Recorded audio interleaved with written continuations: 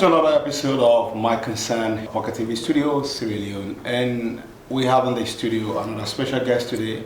She came all the way from the United States of America to be part of this show, and you get to know what she's brought for us from the States. She's a woman with different, and the woman that's added value to the nation beyond the nation.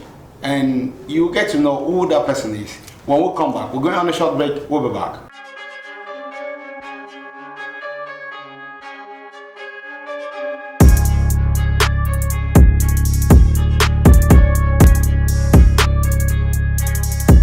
Welcome back. We're still here today, and we've got this special guest in the building, and I'd like you to know who we've got in the building. Madam, how are you?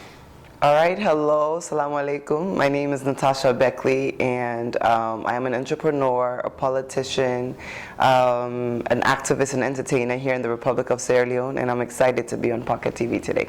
By my side is another beautiful lady, Madam Dusuba. She's my co-host. Can you let the people know who is he?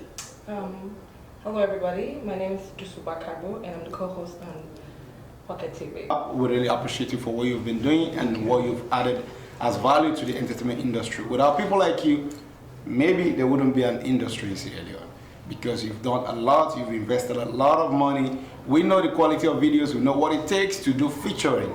So when you see someone doing a lot of features, you say, man, some thousands of dollars have died there. So we know what you've invested, and it's good. We're gonna talk about the entertainment a little. How has it been the drive, the entertainment industry? How has it been draining you?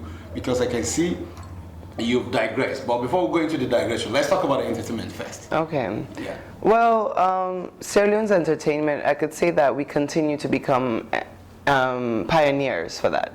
I got into the scene, Sierra Leone entertainment, in 2008. So Wow. 2008 to now, it's been a relentless. That's a journey. It's been a relentless journey, but we are grateful, because if from 2008 to 2023 we're still relevant, that means that the people of Sierra Leone see something that you're offering, that they still want to keep, and they still want you to be around.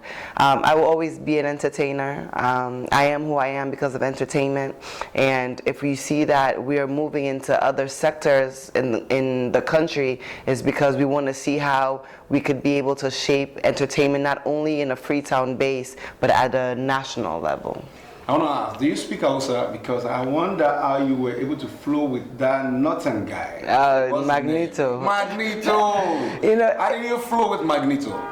Do you speak Hausa? The only Hausa I know is Ewu. And I asked Magneto, I said, Magneto, what is Ewu? He said goat or something like that. Magneto was in Sierra Leone last year, and he actually he actually even texted me this morning. So I'm hoping to have him on board. But in 2018, when I got into music, he said, if you're really serious, come to Nigeria now. Which was good. He said, if you're serious, come to Nigeria now. So you want to take you away from Sierra Leone? No, he said, come to. So I picked up the challenge, and I went to Lagos, and that's how I was actually able to record my first album. And how was it? How was the album? Album did well. Album is the album that has Freetown, right? Yeah, Freetown, and that was, I wrote that song because I was asked so much. All the songs? I wrote my entire album, yeah. Oh, Magneto locked me up in for 2 weeks, writing with the producer.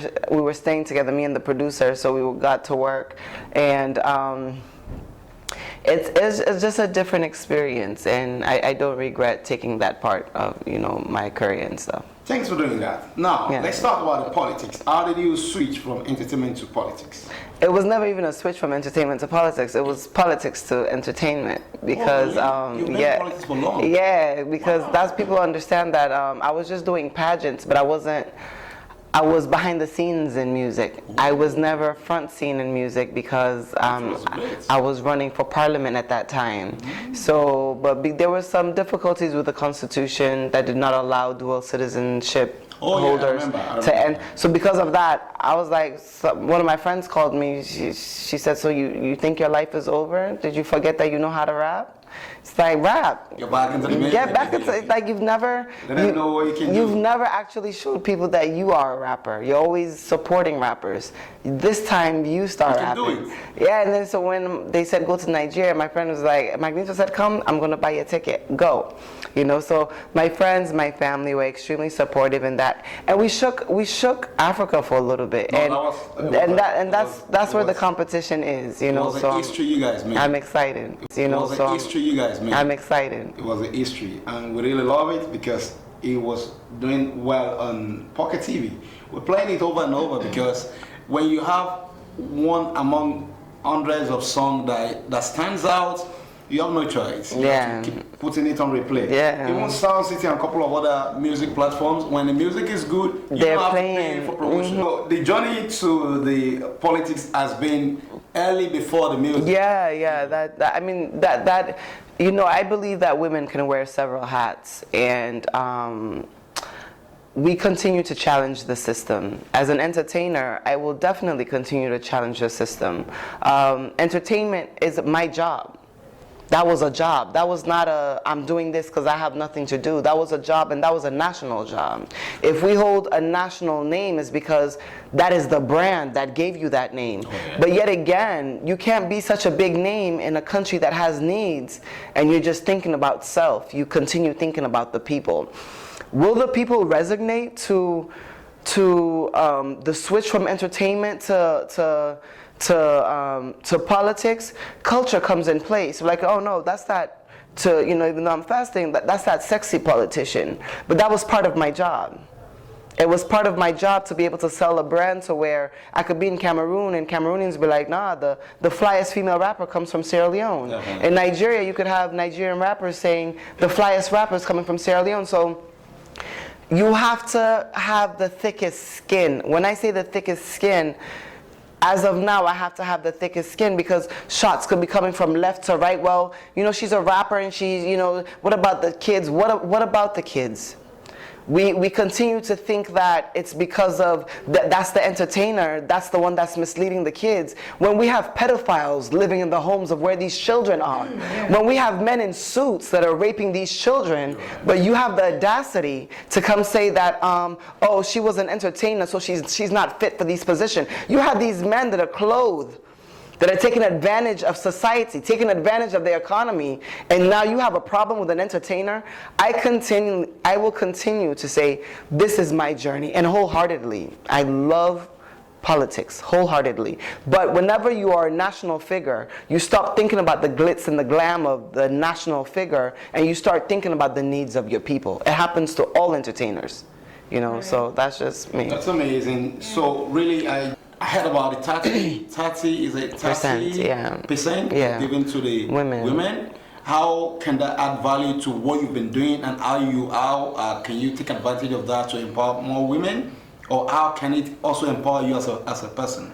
I am extra because this is going to put leading women in the forefront, and it's not even about that. It's having politics time, everybody has their own political party, and for us, you know, I'm representing the All People's Congress Party, and the women's leader, she's a woman for woman. In my region, for Northwest region, you know, our chairman, he's a man for women, and our district chairman is a man for women. So when you have a strong leader such as myself, and that is the I want to say the midpoint between the youth and, you know, bringing the youth involvement to politics, I'm sure that they would want to take advantage of, you know, that situation. But even with the 30%, there are women ready to challenge men in any political office. And I'm not saying that we're not allowing men to lead. I am extremely cultural. I am that African woman. Don't get it twisted. I'm very vocal. I'm very bold. But I believe in the African man and what they have to offer. We complement each other's efforts. But when it comes to politics, nobody's thinking about you as a woman. You have men that are ready to degrade you. You have men that are ready to bring you down. And you have to stand with that and say, you know, these words could not break me down, but I'm ready to give you facts that I'm a better candidate than you. You coming up for mayorship? Yes. And not in Freetown? No, in Portloko district. I've been in Portloko for the past 5 years, but my father's born in Portloko. Oh, So you're from yeah, that's our district. So you can't, what makes us Sierra Leonean so unique is our built-up diversity. I could say I want to be Creole today, and the Creole society will accept me. I could say I want to be Timney today, and the Timney people will accept me. I'll say I want to be Fulani today, which my first name is Swadu. I'm Fulani. Wow. The Fulani people will accept me, and my mom is Mandingo. She's Jabi. So I could say I want to be Mandingo today, and the Mandingo people will accept me. But the craziest thing about this is, my great-grandfather is from Abeokuta. He's Yoruba. So when I go to Nigeria, Yoruba people, like as they see me, they're like, "Oh ma," like Kilo Shele. So it's just, my family is in Nigeria. My dad's side is from Ogun State. They relocated from Ogun State to here. Obasanjo City. Exactly, Obasanjo City. Well, Obasanjo, if you're listening to this, please. Your niece is here, and she's getting ready to run for mayor. So we need you to come, come spray. Yeah, come and spray. But now we need the people out there to understand that they need to support women, and you leading, they need to be part of your push. How can they be part of your push? On the social media platform, in their rural area, what do you think is best techniques for them to be part of your push? I think if government and those making decisions are listening, it's time to give women a chance to let them lead. Men continue to lead, and we see the progress when men are leading. Nobody is, we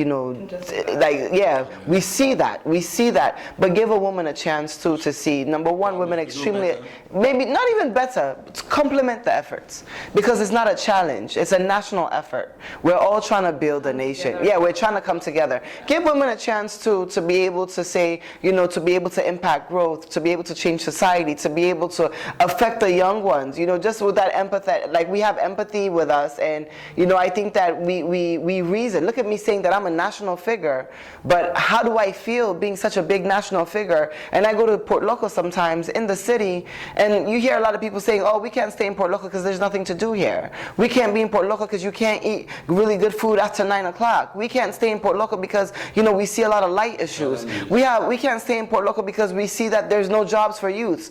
And you're just gallivanting on television saying, "Oh yeah, I'm this big star and I'm representing Portloko." Sometimes there's a Timney word for that. It says "Torone." Like, that means come down.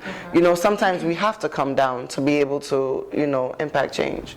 So now that you vying for the office of the mayor in Portloko district, how can that add value to the Portloko people? It will be a great opportunity to be able to work in Portloko district, because we have so much to offer to the country, not even to the people in Portloko. We could create an opportunity. Do you know most of the mangoes that we're eating now is coming from the Northwest region? Wow. Like, it's mango factory. But we do not have any initiatives to be able to process jam, to be able to dry mangoes so people can have snacks. And it's Ramadan and we're fasting. And I will always say I'm so blessed to be from Portloko, because it's like God does this for the people to be able to feed. You could walk in the Northwest region right now and mangoes are falling on you. So mangoes, for those that do not have anything to eat, mangoes become, a source of something to eat. But we could create a green gateway city. We have so much land to be able to build. I want to be able to bring an entertainment city to Portloko. Like, when I came to your studio, I was like, "Oh, I love this." With me being, I want entertainers. It's only an hour, 30-minute drive.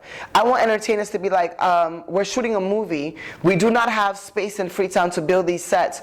Oh, don't worry. I'm building a jail set if you want prisoners. I'm building a hospital set if you need nurses. I'm building a bedroom set, a classroom set." So if we have these sets built in, we have acres of land looking for people to come in. That will bring jobs for the locals in Portloko, but most likely it's going to bring people in. If I get this opportunity to work in Portloko, it's certainly going to be an entertainment gateway. We have the land. We just need the people with the vision, the youthful vision as well, to be able to impact that change. But not only are we going to be a green city, because I'm very big on environmental protection, reduce, reuse, and recycle. How could you see nations like the Philippines, Singapore, Malaysia, they are using trash and turning it into treasure. How could we turn our trash into treasure to be able to build a society that's also feeding its people? if given this chance to start working in Portloko, I've created a great 100-day initiative to not only start with the assessment of what we've had, but what we can become before 2028. And that's my goal, and I'm pushing for it. For the Portloko people, they've got a part to play. Yeah. So they need to know what's their concern, what's their part, what part should we advocate for them to play to be able to let this goal be achieved. Aside from the government, aside from the decision makers, right, we're talking about the people themselves. Yeah. What part have they got to play? To be able to give a chance and accept that, you know, everything is not structured the way it's supposed to be. There's no structured politician. They're seeing an entertainer coming in, saying, oh, she's coming from entertainment, she's coming from... Give people the chance to be able to see how, you know, different leaders come from different backgrounds. George Weah was a footballer. Was a footballer and now is the president of Liberia. Leaders come from different sectors, especially in entertainment. So let's give the chance to see what this entertainer could bring in, and maybe it would be something that the city's never seen before, where the city will be like, oh, we loved what she did the first 5 years, let's re-elect her for another 5 years. You've just heard that you've got to go get your PVC and be ready to vote, because definitely when you have a woman leading, let's start from the home. Without a woman, there wouldn't be a home. You will have a house, but you wouldn't have a home. So take that example in the same government. If we have good women leading the governance, definitely we're going to have a better place and we're going to have a better job. We're going to have a better opportunity, because they think about the people more than the men think about the people. So we need to give more chances to women, because we believe they can deliver. How can you save us? We need you people to save us. With 30%, is that enough? 30% is enough, but I think that me and Ms. Ba have, now we're talking about women leading. Oh, yeah. I'm done talking to you now, yeah. You know, so now I want to have a woman's conversation so that you can listen and understand where we're coming from. Please, so Madam Dusu, let's act like he's not here. And 30% is not enough, but we will accept the 30%, because after they see the goodness that we're doing, they're going to increase it. I think that 30% is the challenge then, right? Mm-hmm. And if we could do more with 30%, that's a definite challenge for them. But my first question is, I want to commend you first. You're not only opening opportunities for entertainers, you're opening opportunities for females. Also encouraging doors that an entertainer could also be into politics. You're normalizing that. So how are you going to be able to connect these two industries together? Or are you going to be leaving one behind? What's the plan? Because you find yourself in both these fields. You see, when you have women leading, they're asking the toughest questions. You see what this is doing to me right now? You're putting me in a position where, I should have just gone with hush puppy. I think, I'm gonna go back to my comfort zone. Okay. I don't mind saying my view. Okay, so. My fans, so I just realized that I just hit 155,000 fans on Facebook. And that's authentic Sierra Leoneans, Nigerians. I see that my main followers are coming from the USA, Sierra Leone, Nigeria, and Ghana, and Liberia. So for me, it feels really good. That means everything I put out is being consumed by fans in these areas. Are we leaving one behind? Are we leaving entertainment behind? I don't think we should leave it behind, because what makes a woman wholeheartedly is me showing you who I am. A lot of things will change. A lot of things definitely have to change, because I think in Sierra Leone, I'm one of the most controversial dressers. Whenever I wear an outfit, everybody wants to see what I had on at any event. I'm sorry, we're gonna have to pass that on to somebody else, But I think it would take a change, but for the better, for more inclusion, to building more people rather than myself, to building more artists in Portloko district, because that's the district where I represent, and even at a national level, to showcasing more at a national level, building relationships. If given the opportunity to become a mayor of Portloko, once I get not the guy, the guy on another level, that, so I could be like, mayor of Accra, we want to see how we could put this together. Mayor of Lagos, we want to see how we could put this together, because how could we connect Africa to tapping into different talents? So we're not going to leave a lot behind, but we're going to modify Exactly. We're going to do a lot of modification, you know, and I converted to Islam last November. You did pretty well, right? Yeah, so everybody's just like, oh my gosh, she's Muslim, she's Muslim, she's Muslim. And it's become like, it's been trending and it's been extremely like, you know, it's been trending for good reasons. So I mean, I want Muslims to know I am respecting Ramadan, and I will do this over again. This is my first Ramadan. I fasted every day since the first day. Wow. I was very scared, but I just jumped into it, and I wake up every morning knowing that this is my obligation, and I'm grateful to do that for the greatness of God and the goodness He's doing for me. But I don't want pressure. You see this hijab and all this coveredness is because it's Ramadan, and I'm giving that month that respect. Yeah. But as we transition out of Ramadan, my fans are like my babies. Like I have to, so this Pocket TV is giving me the opportunity to tell all 155,000 of them that as Ramadan is done, we might not get 40 inches, but I might give you a cute 8 inches. I might give you a bob. I might give you a, you know, I might, and on Fridays I could maybe pick up the, you know, I could, you know, recognize that. But for now, please cut some slack on me, and let's, you know, cut some slack on me. I love it. You're keeping it 100. Yeah.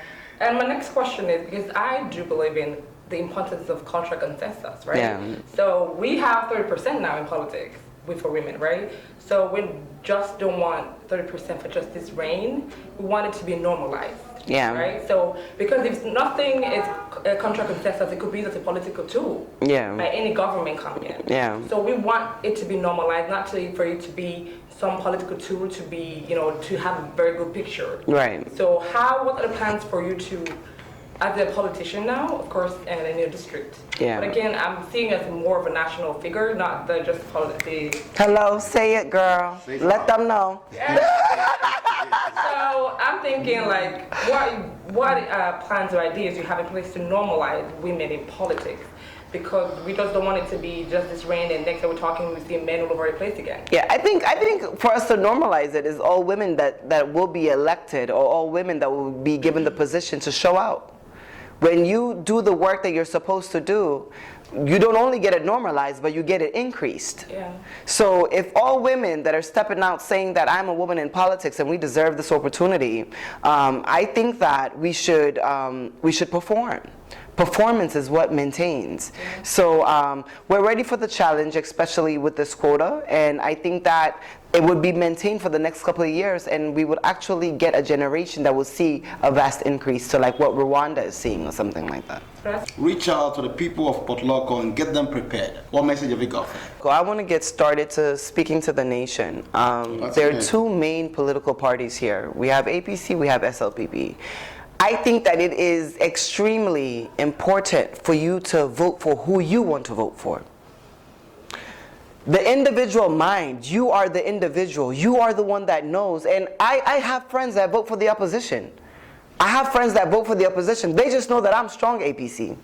And I can back up the facts that why I am APC. But I don't discourage you for voting SLPP because that's who you want to vote for. So if we all have this individual mind of voting for who we want to vote for, but still vote APC 2023, that's just what I'm saying. You know, if we still have this mind, we'll see less of a chaos, we'll see less of fights in the streets. We don't want to take Sierra Leone back to where Sierra Leone is coming from. We want a peaceful election, so where everybody's voting, we hear the winner. Thank you very much. That was really good, and you heard from her. You need to get yourself prepared. Go get your PVC and stand out for what you stand for. Go vote. Please do the right thing that is expected from you. I don't know. Me and right now, I think that you're under pressure because this is dark skin beauty going on right here. Yeah. So it's the darker the berry, the sweeter the juice. So right now, I think you're under pressure, and It's good to see you today, and we hope to always have you around. thank you. Keep watching Pocket TV. I mean, Osmani John, and we have come to the end of my concern for today. So be concerned to go get your PVC and vote.